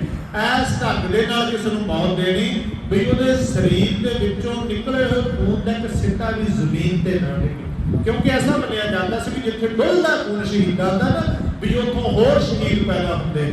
ਉਹ ਕਹਿੰਦਾ ਸੀ ਵੀ ਸ਼ਹੀਦ ਦਾ ਖੂਨ ਦਾ ਇੱਕ ਸਿੱਟਾ ਵੀ ਜ਼ਮੀਨ ਤੇ ਨਹੀਂ ਡਿੱਗਣਾ ਚਾਹੀਦਾ, ਐਸ ਢੰਗ ਦੇ ਨਾਲ ਮੌਤ ਦੇਣੀ ਹੈ। ਇਸੇ ਕਰਕੇ ਤੱਤੀ ਤੱਕੀ ਤੇ ਬਿਠਾਇਆ ਗਿਆ। ਇਸੇ ਕਰਕੇ ਆਲੂ ਵਾਂਗ ਉਬਾਲਿਆ ਗਿਆ, ਫਿਰ ਉਹਨਾਂ ਨੂੰ ਰਾਵੀ ਦੇ ਵਿੱਚ ਰੋੜ ਦਿੱਤਾ ਗਿਆ। ਖੂਨ ਦਾ ਸਿੱਟਾ ਵੀ ਜ਼ਮੀਨ ਤੇ ਨਹੀਂ ਡਿੱਗਣ ਦਿੱਤਾ। ਯਾਸ਼ਾ ਦੇ ਕਾਨੂੰਨ ਦੇ ਅਧੀਨ ਸਜ਼ਾ ਦਿੱਤੀ। ਮੈਂ ਜਿਹੜੀ ਬੇਨਤੀ ਕਰ ਰਿਹਾ ਸੀ ਤੇ ਮਹਾਰਾਜ ਉਹ ਕਹਿੰਦਾ ਸੀ ਮੈਂ ਢੰਗ ਨਾਲ ਸ਼ਹੀਦੀ ਮੌਤ ਦੇਵਾਂਗਾ, ਇਹਨਾਂ ਤੋਂ ਬਾਅਦ ਕੋਈ ਯੁੱਧ ਨਹੀਂ ਕਰੇਗਾ। ਪਰ ਉਹਨੂੰ ਕੀ ਪਤਾ ਸੀ ਗੁਰੂ ਸਾਹਿਬ ਸੱਚੇ ਪਾਤਸ਼ਾਹ ਆਪਣੀ ਸ਼ਹਾਦਤ ਤੋਂ ਪਹਿਲਾਂ ਉਹ ਸਾਰਾ ਕੁਝ ਸਮਝਾ ਗਿਆ, ਦਰਸਾ ਗਿਆ ਤੇ ਉਹਨਾਂ ਦੀ ਸ਼ਹਾਦਤ ਹੋਈ ਅੱਜ ਦੇ ਦਿਨ 23 ਮਈ, ਅੱਜ 30 ਮਈ ਆਮ ਤੌਰ ਤੇ ਤਾਰੀਖਾਂ ਥੋੜਾ ਕੈਲੰਡਰਾਂ ਦੇ ਵਿੱਚ ਚਲੋ ਪਿਛਲੇ ਦੌਰਾਨ ਸਾਡੇ ਪੰਥ ਦੇ ਵਿੱਚੋਂ ਕਈ ਤਰ੍ਹਾਂ ਦੇ ਵਿਵਾਦ ਵੀ ਹੋਏ ਨੇ, ਗੂਲ ਨਾਨਕਸ਼ਾਹੀ ਕੈਲੰਡਰ ਹੈ, ਬਿਕਰਮੀ ਕੈਲੰਡਰ ਹੈ, ਕਿ ਕੁਝ, ਪਰ ਚਲੋ 1606 ਨੂੰ ਮਹਾਰਾਜ ਦੀ ਸ਼ਹਾਦਤ ਹੋਈ। ਉਸ ਤੋਂ ਥੋੜੇ ਸਮੇਂ ਬਾਅਦ ਬਾਲਕ ਹਰਗੋਬਿੰਦ ਸਾਹਿਬ ਜੀ ਜਿਹੜੇ ਗੁਰਤੰਗ ਜੀ ਦੇ ਸੁਸ਼ੋਭਿਤ ਹੋਏ, ਫਿਰ ਉਹਨਾਂ ਨੇ ਨਵੀਂ ਨੀਤੀ, ਜਿਨ੍ਹਾਂ ਨੂੰ ਇਤਿਹਾਸਕਾਰ ਨਾਮ ਦਿੱਤਾ। ਤੁਸੀਂ ਜਦੋਂ BA ਦੇ ਵਿੱਚ ਪੜ੍ਹਦੇ ਹੋ, ਐਮਏ ਪੜ੍ਹਦੇ ਹੋ ਨਾ, ਉੱਥੇ ਨਵੀਂ ਨੀਤੀ ਨਹੀਂ ਸੀ, ਨੀਤੀ ਤੇ ਸ਼ੁਰੂਆਤ ਹੋਈ ਹੀ ਸੀ, ਪਰ ਇਤਿਹਾਸਕਾਰ ਸਮਝ ਨਹੀਂ ਸਕੇ। ਮਹਾਰਾਜ ਛੇਵੇਂ ਪਾਤਸ਼ਾਹ ਨੇ ਫਿਰ ਸਿੰਘਾਸਨ ਤੇ ਬੈਠ ਕੇ ਗੁਰੂ ਅਰਜਨ ਦੇਵ ਜੀ ਮਹਾਰਾਜ ਦੀ ਸ਼ਹਾਦਤ ਦਾ ਬਦਲਾ ਕਿਵੇਂ ਲਿਆ। ਮਹਾਰਾਜ ਨੇ ਐਲਾਨ ਕੀਤਾ, ਘੋੜੇ ਰੱਖਾਂਗੇ, ਸ਼ਸਤਰ ਪਹਿਨਾਂਗੇ, ਨਗਾਰਿਆਂ ਦੇ ਚੋਟਾਂ ਵੱਜਣਗੀਆਂ। ਅਕਾਲ ਤਖਤ ਸਾਹਿਬ ਦੀ ਸਿਰਜਣਾ ਹੋਈ। ਗੁਰੂ ਅਰਜਨ ਦੇਵ ਜੀ ਮਹਾਰਾਜ ਦੀ ਸ਼ਹਾਦਤ ਤੋਂ ਬਾਅਦ ਇੱਕਦਮ ਸਾਰਾ ਕੁਝ ਬਦਲ ਜਾਂਦਾ। ਭਾਈ ਗੁਰਦਾਸ ਜਿਹੜੇ ਨੇ, ਭਾਈ ਗੁਰਦਾਸ ਜੀ ਨੇ ਆਪਣੀਆਂ 12 ਦੇ ਵਿੱਚ ਰਹਿੰਦੇ ਗੁਰਦਰਿਆਓ ਵਿੱਚ ਮੀਨ ਕੁਲੀਨ ਹੇਤ ਗੁਰਬਾਣੀ ਉਸ ਪੌੜੀ ਦੇ ਵਿੱਚ ਲਿਖਿਆ, ਕਹਿੰਦੇ ਗੁਰ ਅਰਜਨ ਬਿਟਹੁ ਕੁਰਬਾਨੀ, ਮੈਂ ਗੁਰੂ ਅਰਜਨ ਦੇਵ ਜੀ ਦੀ ਕੁਰਬਾਨੀ ਤੋਂ ਕੁਰਬਾਨ ਜਾਵਾਂ, ਸਦਕੇ ਜਾਵਾਂ, ਬਲਿਹਾਰ ਜਾਵਾਂ। ਗੁਰੂ ਅਰਜਨ ਦੇਵ ਜੀ ਮਹਾਰਾਜ ਦੀ ਸ਼ਹਾਦਤ ਆਪਾਂ ਸਾਰੇ ਮਨਾ ਰਹੇ ਹਾਂ। ਗੁਰਦੁਆਰਾ ਸਿੰਘ ਸਭਾ ਔਰ ਇੱਥੋਂ ਦੀਆਂ ਸਮੁੱਚੀਆਂ ਸੰਗਤਾਂ NRI ਵੀਰਾਂ ਦੇ ਸਹਿਯੋਗ ਦੇ ਨਾਲ ਤੁਸੀਂ ਬੜੇ ਸ਼ਲਾਘਾਯੋਗ ਜਿਹੜੇ ਯਤਨ ਕੀਤੇ ਨੇ ਤੇ ਗੁਰੂ ਅਰਜਨ ਦੇਵ ਜੀ ਮਹਾਰਾਜ ਦੀ ਸ਼ਹਾਦਤ ਨੂੰ ਸਮਰਪਿਤ ਤੇ ਪ੍ਰੋਗਰਾਮ ਲਿਖੇ ਨੇ ਤੇ ਮਹਾਰਾਜ ਸੱਚੇ ਪਾਤਸ਼ਾਹ ਦੀ ਸੱਚਮੁੱਚ ਸ਼ਹਾਦਤ ਸਾਨੂੰ ਯਾਦ ਰਹਿਣੀ ਚਾਹੀਦੀ ਹੈ, ਕਿਉਂਕਿ ਜੋ ਕੌਮਾਂ ਆਪਣਾ ਇਤਿਹਾਸ ਭੁੱਲ ਜਾਂਦੀਆਂ ਨੇ, ਸਮਾਂ ਪਾ ਕੇ ਉਹ ਨਵਾਂ ਇਤਿਹਾਸ ਸਿਰਜਣ ਤੋਂ ਅਸਮਰੱਥ ਹੋ ਜਾਂਦੇ। ਗੁਰੂ ਅਰਜਨ ਦੇਵ ਜੀ ਮਹਾਰਾਜ ਦੀ ਸ਼ਹਾਦਤ ਹੋਈ।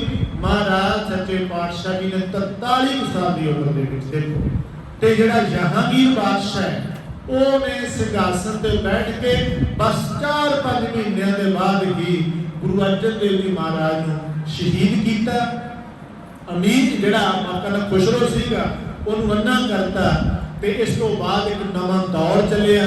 ਫਿਰ ਜਿਹੜਾ ਸੀ ਜਿਸ ਤਰੀਕੇ ਦੇ ਨਾਲ ਸ਼ਾਹਜਹਾਨ ਆਉਂਦਾ ਹੈ, ਉਧਰੋਂ ਗੁਰੂ ਹਰਗੋਬਿੰਦ ਜੀ ਆਉਂਦੇ ਨੇ। ਇੱਕ ਅਗਲਾ ਪ੍ਰਸੰਗ ਹੈ ਗੁਰੂ ਅਰਜਨ ਦੇਵ ਜੀ ਮਹਾਰਾਜ ਦੀ ਮਹਾਨ ਸ਼ਹਾਦਤ, ਗੁਰੂ ਅਰਜਨ ਦੇਵ ਜੀ ਮਹਾਰਾਜ ਦੀ ਮਹਾਨ ਕੁਰਬਾਨੀ ਔਰ ਉਹਨਾਂ ਲਈ ਜਿਹੜੇ ਭੱਟ ਸਾਹਿਬਾਨਾਂ ਨੇ ਬਚਨ ਕੀਤੇ ਨੇ, ਜਬ ਲਾਓ ਨਹੀਂ ਭਾਗ ਲਾਲ ਹੁੰਦਾ ਹੈ, तब लो भ्रम ते फिरते बहुत आयो, कल घोर समुद्र में बूढ़त थे, कल हूँ मिट है नहीं वे पछतायो, तब विचार जहर मधुरा, जब तारन को अवतार बनायो, जब आओ जिन अर्जन देव गुरु, फिर संकट जोन गर्भ ना तन नवन खंड में जोत स्वरूपी रहे हो पर पद मथरा कछ भेद नहीं, गुरु अर्जन प्रतख हर।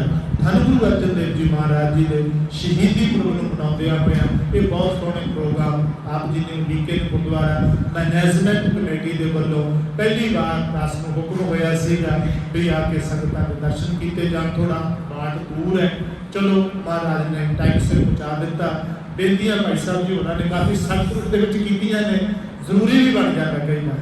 देखो ये जिम्मेवारी होंदी है बुढ़ियां की, प्यार नाल भी कहा जाता है संगत नूं भी भाई आओ आपां प्रोग्राम लीके ਉਹਦੇ ਵਿੱਚ शिरकत करो, क्योंकि एक कली मैनेजमेंट के प्रोग्राम नहीं, मैनेजमेंट ने तो प्रबंध करना होंदा, सहयोग संगत ने देना होंदा। तन करके मन करके धन करके, कोई धन करके दे सकता मुबारक है, जिन्हें कोले नहीं कोई धन करके तन करके समा कट के होता कोई उदा दा ढेर काफ़ी है, समा कट के आप संगत विच हाजरी भर के मन करके संगत विच हाजरी भरीए, क्योंकि साडे गुरु साहिबाना दे दिन ने भाई गुरदास जी ने बड़े कमाल के वचन कीते ने, कुर्बानी तिन्ना गुरसिखां भाए भगत गुरपुरब करते, कहते मैं उन्हां तो कुर्बान जावां, सदके जावां, बलिहार जावां, ਜਿਹੜੇ ਭਾਉ ਭਾਵਨੀ ਦੇ ਨਾਲ ਰਲ ਮਿਲ ਕੇ ਆਪਣੇ ਗੁਰੂਆਂ ਦੇ ਗੁਰਪੁਰਬ ਮਨਾਉਂਦੇ। ਤੁਸੀਂ ਸਾਰੇ ਧਰਤਾਂ ਦੇ ਜੋ ਮੈਨੇਜਮੈਂਟ ਕਮੇਟੀ ਨੇ ਅਰੇਂਜਮੈਂਟ ਕਰਨਾ ਹੁੰਦਾ प्रबंध करना हुंदा, उन्होंने सफला संगत ने करना हुंदा। जे तुसीं नहीं आओगे ये भी बेचारे की करनगे, जिद्दां मर्जी बुलारा बुला लैण, जिद्दां मर्जी कीर्तनीय ढाडी बुला लैण, पर संगत आएगी तो जिन्ना तुसीं साथ दोगे इन्हां दा हौसला वधेगा। ये वधिया तो वधिया बुलारे, वधिया तो वधिया कीर्तनीय, वधिया तो वधिया ढाडी जथे आप संगत की सेवा में लैके आउणगे। मैं इस पक्षों प्रबंधकां दा धन्नवाद करदा, बधाई भी देना। और मैं जो आया सीगा भाई साहब जी होरां ने अनाउंस किया सी, बिल्कुल बीबी तक भी बैठी नहीं सी, भाई सीगे 5-7, मैनूं लगदा सी कि आई ना टाइम लग जाए, तो मैं शाबाश देना। महाराज सच्चे पातशाह भाइयों नालों वध गिनती हो गई, तुहाडे नालों वध आईयां, भावें लेट आईयां ने, तुसीं बधाई दे पात्र हो सारे, क्योंकि साडे गुरु साहिबान दे दिन ने ना, आपां नहीं मनावांगे कौन मनाएगा, बच्चों को किवें दस्सांगे असीं, साडे गुरु साहिबान ने किवें शहादत दी है। और मैं तो इस तरह का मेरा एक तजर्बा भी है भी जिहड़े कामां दे विच बीबियां साथ देण वो काम बहुत छेती सफल हुंदे। तुहाडा सहयोग चाहिए, तुहाडा साथ चाहिए, रल मिल के, क्योंकि जिन्ना सन्मान जिन्ना सत्कार गुरु साहिबाना ने इतिहास और बाणी दे विच तुसीं पढ़िओ बीबियां नूं दित्ता, शायद किसी होर धर्म दे विच नहीं। मैं कंपैरिजन तो नहीं करना चाहता, पर इत्थों तक धार्मिक स्थानों की पाबंदी है बीबियां दे जाण लई, धार्मिक ग्रंथ पढ़न की पाबंदी है, हथ भी लग जाए किते पैर भी पै जाए तो थां भ्रष्ट हो जाता। दुनिया चंद ते पहुंच गई, मैं नाम लै सकदा उन्हां स्थानां दे जिथे अज भी बीबी दे पैर पै जाण, कहंदे जी दुੱਧ नाल धो लो। ये तो गुरु नानक ने तुहानूं सम्मान दिता है, गुरु नानक ने तुहानूं प्यार दिता। सो क्यों बंदा की है जित जन्मे राजान बीबी नानकी दा किड्डा जोर स्थान है। बीबी अगे असीं देखदे बीबी अमरो जी, बीबी अनोखी जी, बीबी अमरो दा किड्डा उच्चा सुच्चा जीवन है। बीबी भानी जी गुरु दी मां, गुरु दी पुत्री, गुरु दी पत्नी, किड्डियां बड़ियां महाराज ने बख्शिशां कीतियां ने। साडे कोले बीबी मीरो है, साडे कोले फिर माता साहब और माता सुंदरकार माई भागो, तुसीं उन्हां दी वारिस हो। इस करके गुरु ग्रंथ साहिब महाराज दे विच बीबी दा नाम आया, माता कीवी जी दा। ये सम्मान, ये सत्कार गुरु महाराज ने तुहानूं बख्शिया। जे गुरु गोबिंद सिंह ने सिख शब्द दिता तो तुहानूं बराबर दा कौर दिता, किसी पक्षों भी घट नहीं। ते जे सानूं बराबर दा मान सन्मान दिता, असीं अरदास पढ़दे हां उत्थे भी बराबर दा जिक्र आउंदा, जिन्हां ਸਿੰਘਾਂ ਸਿੰਘਣੀਆਂ धर्म हेर शीश दिते, बंद बंद कटाए, खोपरियां लवाइयां, चरखियां ते चढ़े, आरियां नाल चराए गए, तिन्हां दी कमाई दा ध्यान धर के खालसा जी बोलो जी वाहिगुरू। फिर पीछे ना रहा करो। मेरी तो बेनती है निम्रता साहब और हाथ जोड़ के बेनती है सारिਆਂ ਨੂੰ भी ਜਦੋਂ भी कोई मैनेजमेंट कमेटी हाँ कोई तुसीं राय देनी दित्ती जा सकती है, तुहानूं कोई चेंज करना हो इन्हां नूं मैं बेनती करांगा, पर सफलता के नाल आपां चाव दे नाल खुशी दे नाल अपने गुरु साहिबान दा दिन मनाइए, ताकि असीं अपने गुरु साहिबान दे पाग पूरनिਆਂ ते चल के अपना लोक सुखिया ते परलोक सुहेला करिए। सतगुरु तुहाड़ियां हाज़रियां पिटावा चलिया चलिया कदम देखे विच लाउण, जिन्हां जिन्हां ने सेवा की है सतगुरु सारियां दी सेवावां सफलियां करन। गुरु महाराज अपने चरणों नाल जोड़ के रखन, सबनां दे परिवारां च महाराज गुरबत दी सोझी बख्शिश करन। इन्नियां बेनतियां प्रवान करियो। पहली बार आप संगतां दे दर्शन कीते ने, थोड़ा दूर पैंदा एरिया, इस करके मैं धन्नवाद करदा मैनेजमेंट कमेटी का जिन्हों ने समा दिता, हुक्म किया से भी आके संगतां दे दर्शन किए जान। कुल चुग दी माफी इन्नियां बेनतियां प्रवान करियो। विचारां दी सांझ पाउंदे मन बुद्धि स्थिर करके होईयां बेअंत प्रकार दीयां गलतियां सतगुरु जी क्षमा करनगे। मैं तुहाडी सारियां दी प्रबंधक कमेटी दी संगतां दी चढ़दी कला दी दिलों अरदास करदा, महाराज सबनां नूं अपने चरनां नाल जोड़ के रखण। गुरमत दी सोझी, गुरमत दा ज्ञान, धन्नवाद सारियां दा प्यार सत्कार नाल फतेह दी सांझ पाओ। बुलाओ ते आखो जी वाहिगुरू जी का खालसा वाहिगुरू जी की फतेह। राम कली महला तीजा, आनंद एक ओंकार सतगुर प्रसाद। आनंद पाया मेरी माए सतगुरु मैं पाया, सतगुर ता पाया सहज सेती मन वजियां बाधाइयां। राग रतन परवार परियां शब्द गावण आइयां। शब्द ता गावो हरि केरा मन जिने बसाया। कह नानक आनंद होआ सतगुरु मैं पाया। ਏ ਮਨ ਮੇਰਿਆ ਤੂੰ ਸਦਾ ਰਹੋ ਹਰ ਨਾਲੇ, ਹਰ ਨਾਲ ਰਹੋ ਤੂੰ ਮਨ ਮੇਰੇ, ਦੁਖ ਸਭ ਵਿਸਾਰਨਾ। ਅੰਗੀਕਾਰ ਹੋ ਕਰੇ ਤੇਰਾ, ਕਾਰਜ ਸਭ ਸਵਾਰਨਾ। ਸਭਨਾ ਗੱਲਾਂ ਸਮਰੱਥ ਸੁਆਮੀ, ਸੋ ਕਿਉ ਮਨੋ ਵਿਸਾਰੇ। ਕਹਿ ਨਾਨਕ ਮਨ ਮੇਰੇ ਸਦਾ ਰਹੋ ਹਰ ਨਾਲੇ, ਸਾਚੇ ਸਾਹਿਬਾ ਕਿਆ ਨਹੀਂ ਕਰ ਤੇਰਾ। ਕਰਤਾ ਤੇਰਾ ਸਭ ਕੁਛ ਹੈ, ਜਿਸ ਦੇ ਹੈ ਸੋ ਪਾਵੇ। ਸਦਾ ਸਿਫਤ ਸਲਾਹ ਤੇਰੀ, ਨਾਮ ਮਨ ਵਸਾਵੇ। ਨਾਮ ਜਿਨ ਕੈ ਮਨ ਵਸਿਆ, ਬਾਜੇ ਸ਼ਬਦ ਕਨੇਰੇ। ਕਹਿ ਨਾਨਕ ਸੱਚੇ ਸਾਹਿਬ ਕਿਆ ਨਾਹੀ ਕਰਤੇ ਰਹਿ। ਸਾਚਾ ਨਾਮ ਮੇਰਾ ਆਧਾਰ, ਸਾਚ ਨਾਮ ਆਧਾਰ ਮੇਰਾ। ਜਿਨ ਭੁੱਖਾਂ ਸਭ ਗਵਾਈਆਂ, ਕਰ ਸ਼ਾਂਤ ਸੁਖ ਮਨ ਆਏ ਵਸਿਆ। ਜਿਨ ਇੱਛਾ ਸਭ ਬੁਝਾਈਆਂ, ਸਦਾ ਗੁਰਬਾਣ ਕੀਤਾ ਗੁਰੂ ਬਿਟਹੁ। ਤਿਸ ਦੀਆਂ ਇਹ ਵਡਿਆਈਆਂ, ਕਹਿ ਨਾਨਕ ਸੁਣੋ ਸੰਤੋ। ਸ਼ਬਦ ਧਰੋ ਪਿਆਰੋ, ਸਾਚਾ ਨਾਮ ਮੇਰਾ ਆਧਾਰ। ਵਾਜੇ ਪੰਚ ਸ਼ਬਦ ਤਿਤ ਘਰ ਸੁਭਾਗੈ, ਘਰ ਸੁਭਾਗੈ ਸ਼ਬਦ ਵਾਜੇ। ਕਲਾ ਜਿਤ ਕਰ ਧਾਰੀਆ, ਪੰਚ ਦੂਤ ਵਸ ਕੀਤੇ। ਕਾਲ ਕੰਟਕ ਮਾਰਿਆ, ਤੁਰ ਕਰਮ ਪਾਇਆ ਤਿਲ ਜਿਨ ਕਉ। ਸੇ ਨਾਮ ਹਰਿ ਕੈ ਲਾਗੇ, ਕਹਿ ਨਾਨਕ ਤਹਿ ਸੁਖ ਹੋਆ। ਤਿਤ ਕਰ ਅਨਹਦ ਵਾਜੇ, ਆਨੰਦ ਸੁਣੋ ਬੜ ਭਾਗਿਓ। ਸਗਲ ਮਨੋਰਥ ਪੂਰੇ, ਪਾਰ ਬ੍ਰਹਮ ਪ੍ਰਭ ਪਾਇਆ। ਉਤਰੇ ਸਗਲ ਬਸੂਰੇ, ਦੁਖ ਰੋਗ ਸੰਤਾਪ ਉਤਰੇ। ਸੁਣੀ ਸੱਚੀ ਬਾਣੀ, ਸੰਤ ਸਾਜਨ ਭੈ ਸਰਸੇ। ਪੂਰੇ ਪੁਰਤੇ ਜਾਣੀ, ਸੁਣਤੇ ਪੁਨੀਤ ਕਹਤੇ ਪਵਿੱਤ। ਸਤਿਗੁਰ ਰਹਿਆ ਬਿਨਵੰਤ, ਨਾਨਕ ਗੁਰ ਚਰਨ ਲਾਗੇ। ਵਾਜੇ ਅਨਹਦ ਦੂਰੇ, ਸਲੋਕ ਪਵਨ ਗੁਰੂ ਬਾਣੀ। ਪਿਤਾ ਮਾਤਾ ਧਰਤ ਮਾਤ, ਦਿਵਸ ਰਾਤ ਤੁਏ ਨਾਈ ਨਾਇਆ। ਹਿਲੈ ਸਗਲ ਜਗਤ, ਟੰਗਿਆਈਆਂ ਬੁਰਿਆਈਆਂ। ਵਾਚੈ ਧਰਮ ਹਦੂਰ, ਕਰਨੀ ਆਪੋ ਆਪਣੀ। ਕੇ ਨੇੜੇ ਕੇ ਦੂਰ, ਇਨੀ ਨਾਮ ਤੇ ਆਇਆ। ਗਏ ਮਸ਼ਕਤ ਘਾਤ, ਨਾਨਕ ਦੇ ਮੁਖ ਉਜਲੇ। ਕੀਤੀ ਛੁਟੀ ਨਾਰ, ਜਿਨੀ ਨਾਮ ਤੇ ਆਇਆ। ਗਏ ਮਸ਼ਕਤ ਘਾਤ, ਨਾਨਕ ਦੇ ਮੁਖ ਉਜਲੇ।